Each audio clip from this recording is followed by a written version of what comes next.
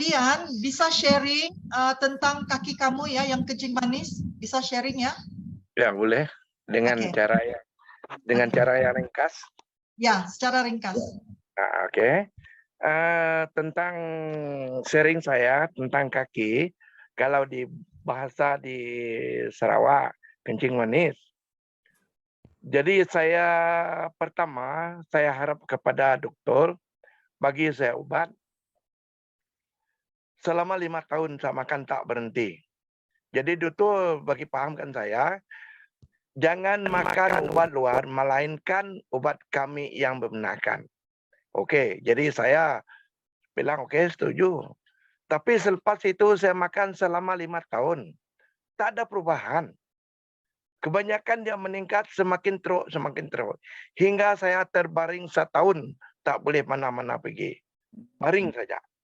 Oke, selepas itu dokter cek saya, sekarang kau punya kaki sangat teruk. Jadi bagaimana, kau setuju ke tak? Jadi apa harus dokter nak buat? Kami nak potong kaki. Jadi saya sangat geli lah. Tak mau dipotong kaki. Jadi selepas itu bagaimana? Kau setuju ke tak? Jadi saya tanya, kalau tak potong, dia cakap mati. Kalau potong boleh selamat kah? Itu tak tentulah. Tapi ada panjang sikit. Jadi saya bilang panjang sikit tak perlu. Saya mesti mati lagi bagus saya ada kaki. Daripada saya hilang kaki, selepas itu mati. Itulah saya punya ingat. Jadi lepas itu, dorang hantar, saya bilang boleh, boleh. Doktor cakap potong-potonglah. Selepas itu dorang hantar saya pakai ambulans pergi hospital tu Bintulu sini. Sampai di hospital, orang sudah kasih pakai pakaian hospital punya lah. Selepas itu orang tolak saya pergi dulu, tunggu. Lepas itu doktor bilang, ini hari Dian Sulaiman tak boleh masuk. Kerana COVID, tak ada bed lagi, tak ada katil lagi untuk kau. Jadi kau baliklah dulu ke kampung. Lepas itu nanti kami buat temu janji semula, supaya kau dapat dibantulah. Saya cakap, okey lah, mana saja doktor cakap. Saya balik. Sampai di kampung ada satu tauke saya, dia bangsa orang Cina lah. Dia bilang saya coba kita makan ini barang. Saya makan lah. Lepas saya makan, mula-mula saya tak mau karena dia punya harga sangat tinggi. Tapi saya bilang tinggi harga pun okey juga kalau kita selamat. Kalau sudah baik, lebih daripada itu uang pun kita dapat cari. Jadi saya bilang bolehlah. Saya beli, lepas itu saya makan. 3 bulan tak berhenti, makan terus. Saya makan 6 biji satu kali. Lepas itu jumpa doktor. Satu kali doktor cek saya, oh, kenapa kau punya gula ni sangat-sangat turun hingga 3,6. Apa barang kau makan? Tak ada, doktor yang bagi saja. Selain daripada itu tiada. Saya jawab ini macam mana? Jadi doktor tak mau bunyi. Mungkin dia tahu saya dah makan benda lain. Kalau benda dia memang sudah baiklah dalam masa 5 tahun. Ini tidak, semakin teruk, semakin teruk. Inilah sebab saya sampai sekarang, saya sangat-sangat yakin kepada produk Songhol. Yang saya makan sekarang Johor Lengzi.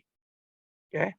Tapi sekarang doktor tengok jantung okey, paru-paru okey, itu buah pinggang okey, semua okey. Dia bilang sekarang kita jumpa doktor tak payah selalu 4 bulan satu kali. Saya cakap bersyukurlah.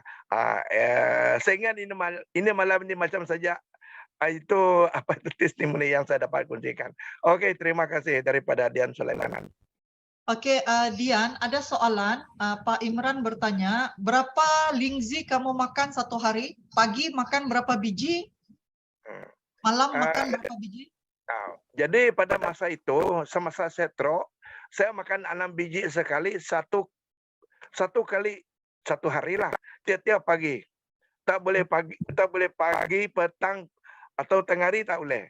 Kalau kita makan dengan cara yang betul, tiap-tiap pagi, belum sarapan, belum apa, dia pertama. Itulah saya punya cara. Oke. Jadi kalau kita ada makan buat hospital, kita jangan takut, boleh makan sama. Tak buat mabuk, tak buat kacau pun tak ada.